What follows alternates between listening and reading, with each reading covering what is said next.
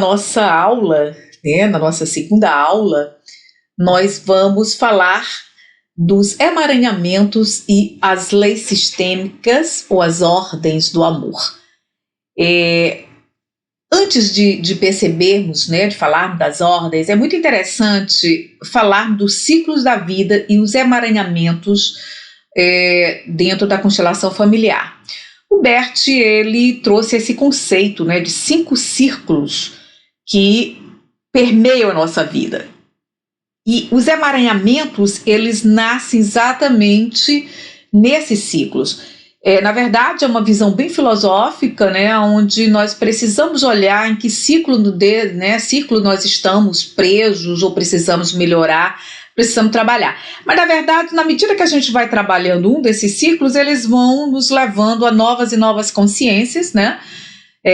Ampliando essas consciências, a nossa consciência pessoal, até chegarmos a uma consciência espiritual, que é o que o 5º círculo fala. Então, no primeiro ciclo, nós temos o amor dos nossos pais. O vínculo que estabelecemos com os pais definirá, tá, o êxito para a vida nos relacionamentos, profissão e prosperidade. Aquilo que eu coloquei lá no início, na primeira aula. Aprender a tomar. O Bert, ele fala beber os pais, né? Porque não é aceitar. Ele coloca que a palavra aceitação é uma soberba, é um orgulho, nos torna maiores do que nossos pais. Eu aceito você, então significa que eu sou uma pessoa tão boa que eu vou aceitar você. Não. Ele fala em beber, tomar, absorver tudo aquilo que os nossos pais nos deram de bom e de ruim. Porque isso faz parte da nossa história. Então, a vida não é só o lado bom, ela tem os lados difíceis também. Então, quando nós aceitamos esses lados difíceis, nós estamos aptas a olhar para essa parte negativa da vida e aí desenvolver um equilíbrio, uma cura, porque nós só podemos curar aquilo que nós olhamos, aquilo que nós estamos vendo. Se eu não consigo olhar para algo que me traz dor, eu não vou conseguir curar essa dor, porque eu estou no estado de negação, tá? Então, para que nós tenhamos prosperidade na vida, tenhamos fluxo, né? Porque prosperidade, como eu expliquei, é o fluxo da vida. Nós temos que aprender a beber o amor dos nossos pais. Isa, meu pai e minha mãe me abandonou, eu não tenho o amor deles. Olha, nós estamos falando de algo maior. Infelizmente, os nossos pais são seres humanos, falhos, iguais a nós, e muitas vezes pessoas, muitas dificuldades, muitos perdidos aí, que fazem muita bobagem. Então, nós temos que olhar para algo maior, que é a vida, né? Ou seja, através de uma mulher que me gerou 9 meses, eu estou aqui. Através de um homem, né, que cedeu o seu esperma, que fecundou a minha mãe, eu estou aqui. Então precisou desses 2 seres para que eu estivesse aqui. Então é nesse momento que eu tenho que honrar a vida. Então eu não vou honrar o pai e a mãe só biológico, mas eu vou honrar essa vida que veio através deles. É algo muito maior. Muitas vezes as pessoas não conseguem compreender, então cada um no seu tempo, no seu momento, tá? Então aprender a beber esse amor é o primeiro passo para curar a vida. Segundo ciclo, a criança interior. Arquétipos das projeções e memórias emocionais inconscientes. Então o arquétipo da criança interior, que é um modelo, né? Essa criança é um modelo de emoções que estão presas dentro da gente, ou seja, existe uma parte nossa do inconsciente que nunca envelhece. Nós permanecemos eternas crianças. Então, essa parte, isso é um conceito do Carl Jung, né, da psicologia analítica. Então, essa parte recebeu o nome de criança interior. É onde fica registrada todos os sentimentos e emoções de desamor, desconfiança, medo, tristeza, abandono, incapacidade, não merecimento e rejeição. Essas são as feridas da criança. Claro que dentro dessa criança também fica a alegria, o amor, né, a inocência, muitas coisas boas também em relação à vida, a vontade de viver. né? Então não é só as coisas negativas que está dentro da criança interior, não. Mas para trabalharmos os emaranhamentos, nós trabalhamos com a criança interior ferida, para resgatarmos a criança luz, a criança amor, tá? Então a autoaceitação da criança interior é a cura. Aceitar que nós temos dentro de nós uma parte eternamente infantilizada e que na medida que a gente vai ampliando nossa consciência, nós vamos acolhendo essa parte, entendendo muitas das nossas ações imaturas, tá? Terceiro ciclo são os relacionamentos. Relacionamentos é uma das coisas mais importantes da vida, segundo Bert. Na verdade, não se fala aqui de relacionamentos só afetivos, mas os relacionamentos de uma forma diversas. Relacionamentos entre vários tipos de relacionamentos, né? Por quê, gente? Porque nós somos seres gregários, nós seres humanos, nós nascemos na coletividade, vivemos dentro de um processo coletivo e esse coletivo ele é vivenciado através vamos colocar assim, através dessas relações, né? Então é as relações que vão nos trazer uma consciência do outro, tanto que dentro do abordagem que eu trabalho de educação emocional, né, que chama-se Educação Emocional Transcomportamental, eu falo da relação eu, tu, nós, ou seja, a relação eu comigo mesmo, a relação com você, com o outro, a relação com a comunidade onde eu vivo. Então, para cada uma dessas relações existem formas de nos comportarmos, existem formas emocionais, né, de lidarmos, tá? Então, o terceiro ciclo ele fala sobre isso. A cura é a aceitação primeiro dos pais e o acolhimento da criança ferida, né, para curar os conflitos. E aí, conflitos, ressentimentos, né, e dores, e projeções das relações, né, ou seja, esse ressentimento, essas dores, elas são projetadas nas relações. Se a gente não acolhe essa relação com os pais e com a nossa criança interior ferida, nós vamos projetar nesses relacionamentos diversos, relacionamento afetivo, relacionamento com os filhos, com os pais, no trabalho, com os amigos, nós vamos projetar essas dores, e aí as relações começam a confusão toda, né? Bom, o quarto ciclo, é o respeito e a aceitação de todos os seres humanos. Olha, gente, todos os ciclos são desafiadores, né? Mas o quarto ciclo é o que é o começo de uma visão mais espiritual do mundo e é o ponto aonde você, enquanto terapeuta, tem que chegar. Porque sem esse respeito, nós entramos num processo de julgamento e crítica. E na hora que nós julgamos o outro e criticamos esse outro, nós não temos mais condições de cuidar desse outro, ou lidar com esse outro, ou ajudar esse outro. Porque nós estamos num processo de julgamento e cada pessoa tem suas histórias, né? Às vezes, essas histórias, se você não tem essa maturidade, a história dessa pessoa pode chegar até você, abrir alguma ferida tua, e aí você responde de maneira não saudável, né? E começam vários emaranhamentos aí bem difíceis, tá? Então, o sucesso e a paz na vida começa na empatia para romper os padrões de críticas e julgamentos. Então, o quarto ciclo é o desenvolvimento do amor pelo outro através da empatia, né? Isso traz respeito, cooperação e tal. Já o quinto ciclo é a conexão com o mundo e com tudo que existe nele. Ao aprendermos a fluir na vida usando os nossos talentos através de um propósito de vida, curamos esse ciclo ou curamos a vida como um todo. Então, fala da conexão, da nossa conexão com o mundo e com tudo que existe nele, em todas as suas dimensões, principalmente através dos nossos talentos, através de um propósito de vida. É quando eu vou colocar a minha vida ao serviço do outro, da coletividade. E para que isso aconteça, eu realmente tenho que ter uma maturidade emocional e espiritual muito grande. E aí que entra o que nós chamamos de inteligência espiritual, que não é religião, mas é a capacidade de transcendência, né? E além daquilo que nós estamos vendo nessa terceira dimensão, onde nossos sentidos vivem, né? Transmutar muita dessas dores, aprender a beber o amor dos pais, né? Da aceitar a criança interior, ou seja, é lidar com a vida de uma forma muito maior. Então, os 3 primeiros ciclos têm a ver com a consciência e a necessidade de compensação. Né? É um processo de compensação interna em relação à vida, então são ciclos muito internos nossos. Já no 4º e no 5º círculos, ultrapassamos os limites da consciência pessoal, tá? Para atingir um nível espiritual. Então, por isso mesmo que, para chegarmos a uma conexão com o mundo e com tudo que nele existe, nós precisamos passar, né, pelo 1º, o 2º, o 3º, né? Chegamos no 4º e o 5º ciclo.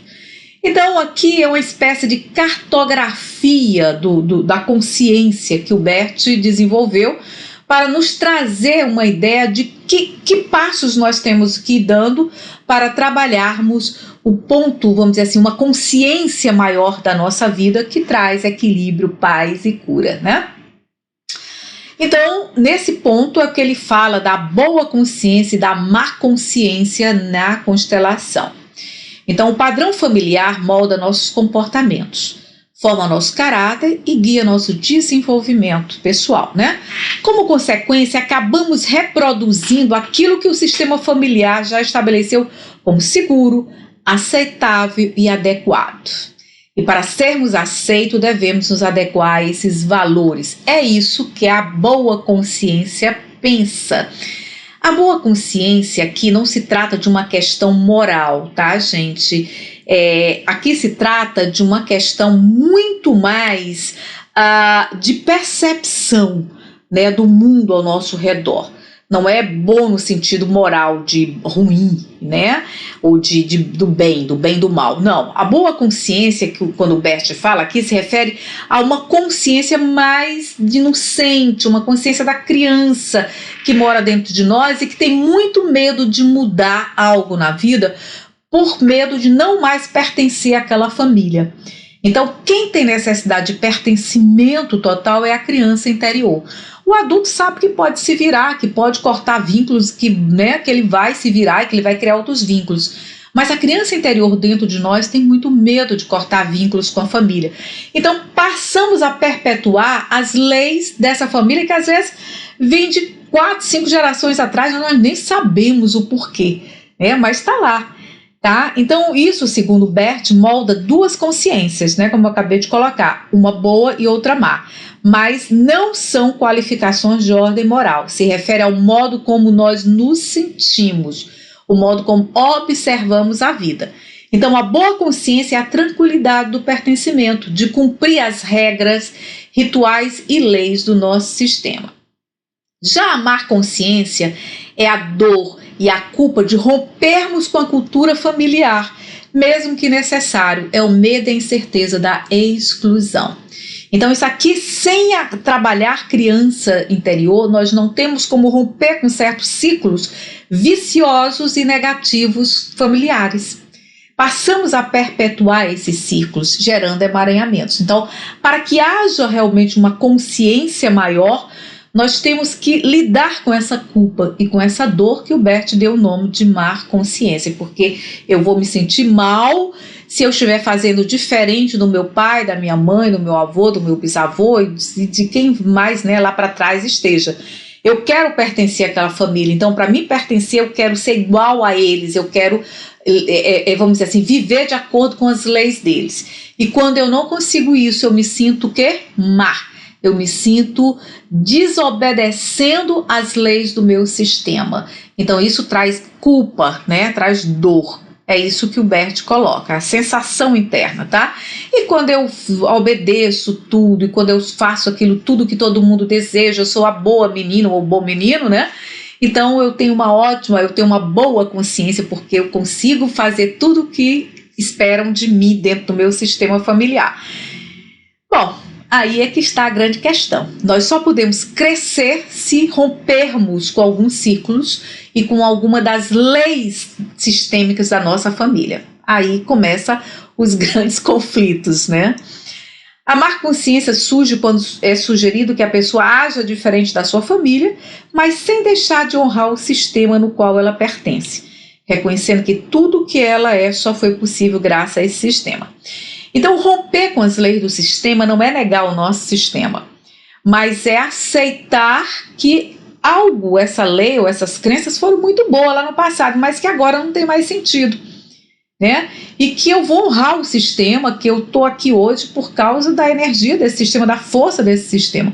Então eu vou honrar meus avós, bisavós, meu pai, minha mãe, mas eu não preciso fazer igual a eles, né? Para crescer na vida ou ter outras questões na vida. Eu posso fazer diferente e continuar amando pai, mãe, avós, tios, enfim, continuar pertencendo. E é isso que a constelação traz, né? Uma consciência maior para sair da boa e da má consciência. E além dessas duas consciências, e criar uma consciência sistêmica maior do que isso, que tem a ver com a inteligência espiritual, com a inteligência emocional apoiada pela inteligência espiritual. E aí, essas consciências, elas vão gerar os emaranhamentos na constelação, né? Que aí tem a ver com o quê? Nós temos 5, Bert, ele falou de 5 emaranhamentos bastante fortes. Existem vários outros, mas é desses 5 que nascem os outros. Então é interessante porque um vai levando ao outro, e às vezes nós vamos ter todos, tá? Os 5. Eu já encontrei pessoas sim, porque veja bem. Triangulação. Se um dos pais não encontra recurso em si mesmo para lidar com seu parceiro e busca apoio nos filhos, colocando-os numa posição de responsabilidade por eles, né? Então isso significa o quê? Que o filho ficou triangulando. O pai, a mãe e o filho no meio, né? Fazendo um triângulo aqui, tentando apoiar daqueles genitores que fala, né? Isso é muito comum. Principalmente na mãe, né, a mãe mais que tem aquele sentimento da vítima, culpar o pai, e aí pedir, acha que o filho tem que apoiar e tal. Isso é a pior coisa que uma mãe pode fazer com o filho, porque nesse momento você colocar o seu filho contra o pai dele, ou vice-versa, né, o pai colocar contra a mãe, vai gerar o quê? Parentificação. Se a criança desenvolve um senso de responsabilidade com os pais, acontece uma inversão de papéis, onde a criança é posicionada acima de seus pais, se sentindo maior do que eles. E isso vai gerar muitos e muitos conflitos na vida adulta dessa criança, tá? Essa criança que entrou numa triangulação se sente maior, porque ela tentou ajudar ali um pai ou a mãe, então ela sentiu que é mais forte do que o pai, do que a mãe, às vezes até dos dois, e gera um sentimento de força que não é real. Então isso vai o quê? O adulto ou a criança, né, que desenvolveu esse processo, chega na vida adulta e vai colocar isso nos seus relacionamentos, gerando muitos abusos, né, gerando várias dificuldades de comunicação nas suas relações fracassadas, seja relações profissionais, afetivas, sociais, tá? E a identificação. Algum membro pode manifestar as características, qualidades ou atributos de um antepassado que foi excluído ou banido do sistema, como forma de compensação à exclusão. Exemplo: vícios, relacionamentos dramáticos, suicídios, tá? E etc. Então, muitas vezes, pessoas que suicidaram, elas não são faladas no sistema, né? As pessoas têm tanta dor ali que acabam não falando dela. Então, inconscientemente, essas pessoas foram excluídas. Abortos também que são feitos, ninguém fala. Então, a exclusão é a negação. Então, quando eu nego algo, o sistema, ele, para se reequilibrar, ele quer trazer de volta aquela memória. Então, algum descendente vai vivenciar alguma situação de vício, de relacionamentos dramáticos, até de suicídios, né?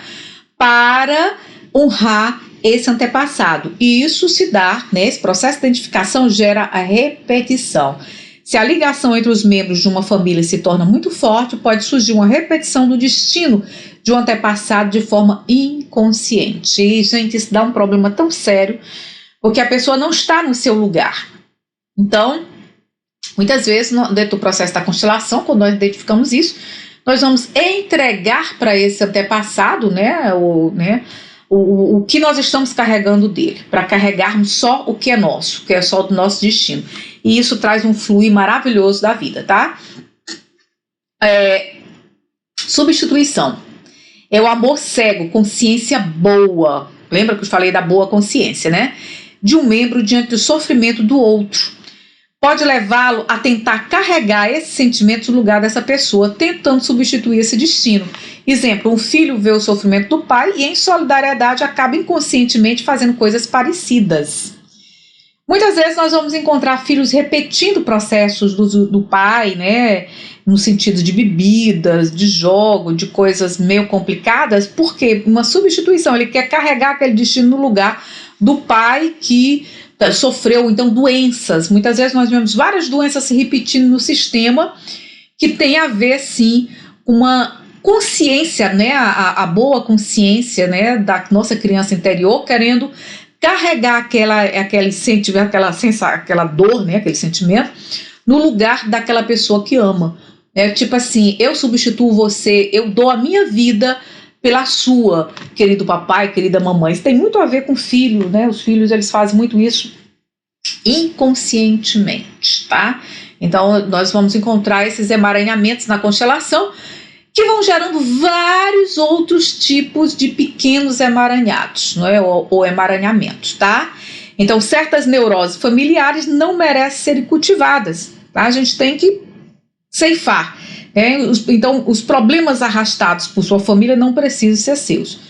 Então, é isso aí. Nós não precisamos arrastar processos da nossa família, né? Nós podemos cortar, podemos trabalhar esses emaranhamentos como olhando, observando, entregando a quem de direito esse sofrimento e assumindo só aquilo que é nosso, que é do nosso destino. Isso, a vida flui, tudo acontece de bom. E aí, para fazer essa vida fluir, ou melhorarmos os temperamentos, o Bertin, ele desenvolveu as leis do amor para a ordem do sistema familiar. Aqui entra a parte filosófica, mas também terapêutica. Por quê?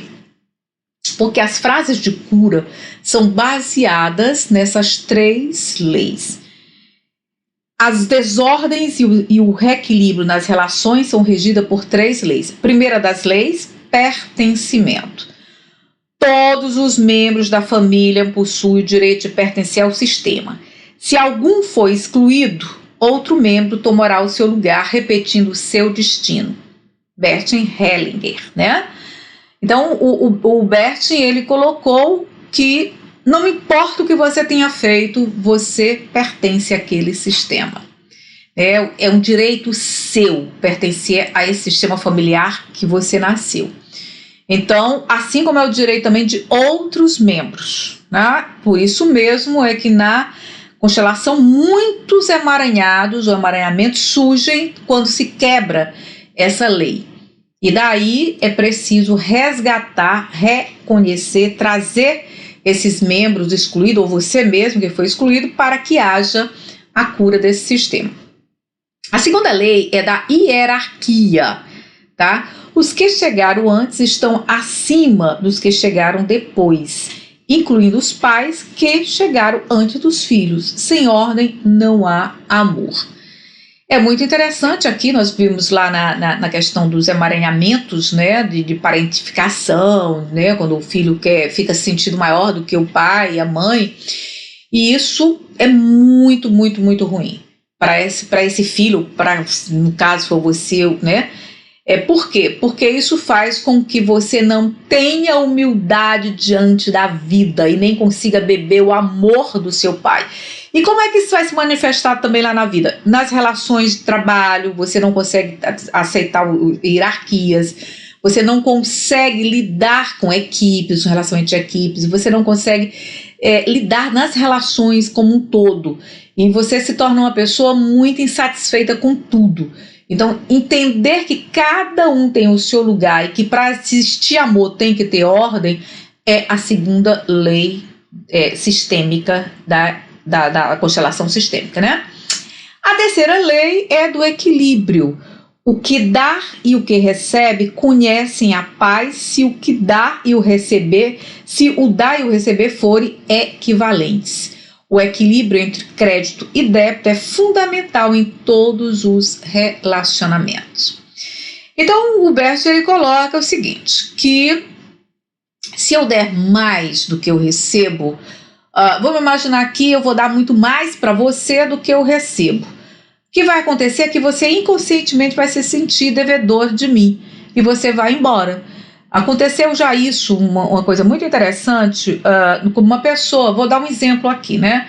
Uma pessoa que foi minha aluna e tal, e estava numa condição financeira muito difícil e queria um outro um outro curso, e eu acabei dando esse curso para essa pessoa sem uma troca, né? Conclusão das histórias, essa pessoa sumiu, nunca mais essa pessoa se relacionou comigo. Por quê?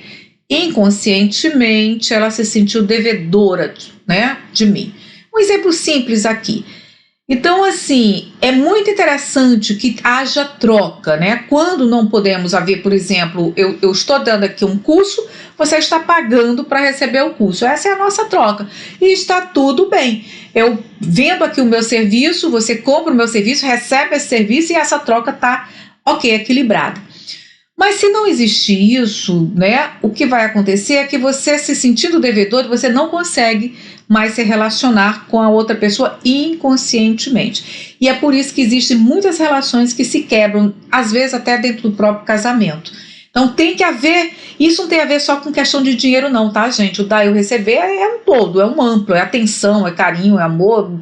Se eu não posso te dar dinheiro, eu vou te dar alguma outra coisa numa relação. Por exemplo, quando eu era terapeuta, porque hoje o consultório eu fechei, mas quando eu atendia no consultório, muitas vezes tinham pessoas que não podiam me pagar, né? Estavam num momento difícil, mas essas pessoas faziam trocas. Eu dizia assim, olha, ok, você trabalha com o quê? Então, de alguma forma, a gente trocava. Ela me dava alguns serviços dela, a gente trocava e estava tudo bem.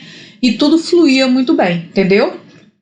Então é importante ver essa questão do crédito e do débito. Essa é a lei do equilíbrio na questão sistêmica, tá? Por onde começar uma constelação? É preciso ter um foco, um objetivo, um ponto de partida e um de chegada. O que eu quero ver e entender. Então a pergunta é, o que eu quero ver? O que eu quero entender?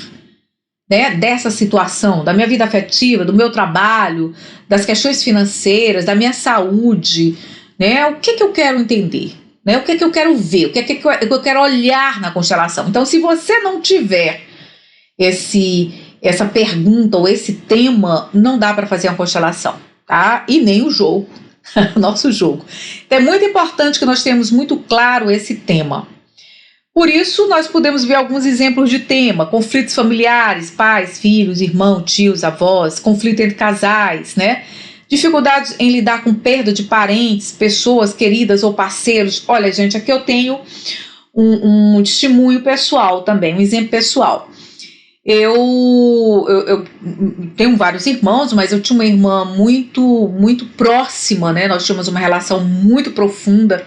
E ela adoeceu e faleceu em 2018. E eu fiquei muito desconsolada, fiquei muito mal, fiquei realmente num nível de angústia tremenda, né? E isso foi tão grande, eu fiquei tão perdida que foi para a minha empresa. Eu tenho uma outra empresa, a Lutes, né, editora e de projeto de educação socioemocional nas escolas, e eu simplesmente não conseguia mais lidar com aquela empresa, tá? A empresa ficou pesada demais. E numa constelação foi visto que a minha dor da perda da minha irmã estava influenciando na prosperidade da minha empresa, porque eu me fechei de dor. Então a constelação me mostrou e eu tomei outras atitudes, tive consciência e aquilo fluiu, e realmente hoje é outra coisa, entende? Mas isso aconteceu inclusive o ano passado, foi bem difícil, tá? Dificuldade de relacionamento de uma forma geral, traumas, como aborto, suicídio, assassinatos na família. Muito importante fazer uma constelação, porque esses traumas muitas vezes eles estão repercutindo energeticamente, tá, no sistema. Então muita gente, por exemplo, um aborto, um casal faz um aborto e um filho que vem depois desse aborto ou acontece um aborto espontâneo também, não é necessariamente só o praticado não. E um filho que nasce depois pode se identificar com aquele irmão morto, né? Que não foi falado, porque normalmente o aborto é tão traumático que mesmo ele provocado não se fala, ou se foi natural também não se fala. Então, aquela criança que nasceu começa a se identificar com aquele irmão morto e olha, dá várias dificuldades. A criança pode desenvolver na adolescência vícios com drogas, tá? Dificuldade de atenção, né? Dificuldades nos relacionamentos na escola, pode ter muitos problemas. Então, é muito recomendado que se faça uma constelação para incluir esses abortos no sistema, tá? Que é aquela questão da lei do pertencimento. Problemas na saúde, no trabalho, nas finanças, então é muito amplo. O que você vai constelar é muito amplo. Contudo, que você sempre tenha bem claro o que eu quero ver, o que eu quero entender. E para isso você tem que fazer uma anamnese, né? Uma anamnese baseada nas 3 leis. Daí nós temos algumas perguntas que vai facilitar esse processo. Então, a anamnese para a constelação é o levantamento das informações familiares e pessoais para detectar padrões de comportamentos, né, que são repetições, pesos emocionais, tá? Situações conflitantes, bloqueios, enfim, aquilo que nós estávamos falando antes. Então, emaranhamento do pertencimento. Observe em sua vida, aí aqui você vai fazer o seguinte, você vai observar essas questões aqui para saber se você está em conflito com quais das leis, né, do pertencimento, hierarquia e equilíbrio. Para entender isso, você vai observar o seguinte, observe em sua vida se existe algo em desordem em relação ao pertencimento. Se você se sente excluído na vida, então as perguntas são, você se sente incluído na vida ou se sente excluído? Se sente pertencente, né, no seu trabalho, tem voz nas suas decisões, nas decisões assim, em geral no trabalho? Todos estão incluídos em sua família, né? Se existe alguma tragédia, um aborto, um suicídio, um assassinato, será que esses foram esquecidos? Tem abortos, assassinatos? Quais são os seus sentimentos sobre julgamento, inclusão ou exclusão? Então, o primeiro passo para observar como é que está, de repente, né, vamos dizer assim, o seu emaranhamento com essas leis é observar essas questões. Nos emaranhamentos da hierarquia, nós temos o quê? Observe se existe desordem em relação à hierarquia na sua vida pessoal ou profissional. Como é ou foi a sua relação com os pais, superiores e equipe? Existe respeito nas parcerias? Na ausência de alguém, você ocupa seu lugar ou toma como responsabilidade algo que não lhe pertence? Isso aqui é muito interessante, porque as pessoas que tendem a assumir rapidamente algo que não pertence a ela, geralmente ela está em conflito com a lei da hierarquia, está se sentindo grande demais, poderoso demais, então de alguma forma acho que tomou o lugar de um dos pais, tá? E aí, gente, carrega o mundo nas costas, né? Emaranhamento de equilíbrio. Observe se existe algo em desordem em relação ao equilíbrio entre o dar e receber. Como é a sua relação com seus familiares, colegas e trabalho? Né? Como é essa relação? Você se sente acolhido? Você sente que existe um equilíbrio nesse relacionamento? Vai e volta, né? Essa atenção? Ou, né? Você recebe mais ou dá mais? Se sente bem numa troca equilibrada? Sente culpa em receber? Isso aqui é muito importante, porque muitos terapeutas têm culpa em receber dinheiro, em ser pago para fazer esse trabalho. Gente, é incrível. Muitos de nós estamos com problemas nessa lei do equilíbrio. Eu tenho trabalhado isso há muito tempo. Por quê? Porque eu sou a filha mais velha, meu pai é alcoólico, né? E eu entrei num triângulo, né? Defendendo a minha mãe, aquela coisa toda, mas tinha hora que eu estava lá do meu pai, tinha hora, claro, né? Aquela confusão toda. E isso me fez, né, achar que eu poderia carregar o mundo nas minhas costas, e a dificuldade de receber era tremenda. Gente, olha, muitas vezes meus clientes, para me pagar, eu recebi o dinheiro assim, ó, pegando na ponta. E o que era isso? Não era o dinheiro em si, mas era o receber. Era como se eu podia dar na boa, dou. Então eu sempre fico atenta a isso, que foi, não foi, eu escorrego, né? Porque esse processo é pro resto da vida, porque foi muito intenso a dor da minha criança ferida, né? Então, essa culpa de receber, eu estou sempre trabalhando. Quando eu noto, eu observo logo, né, e começo a trabalhar essa questão dentro de mim. Assim como também dar, tá, gente? Muitas vezes a questão do dar a gente vai ver na questão financeira.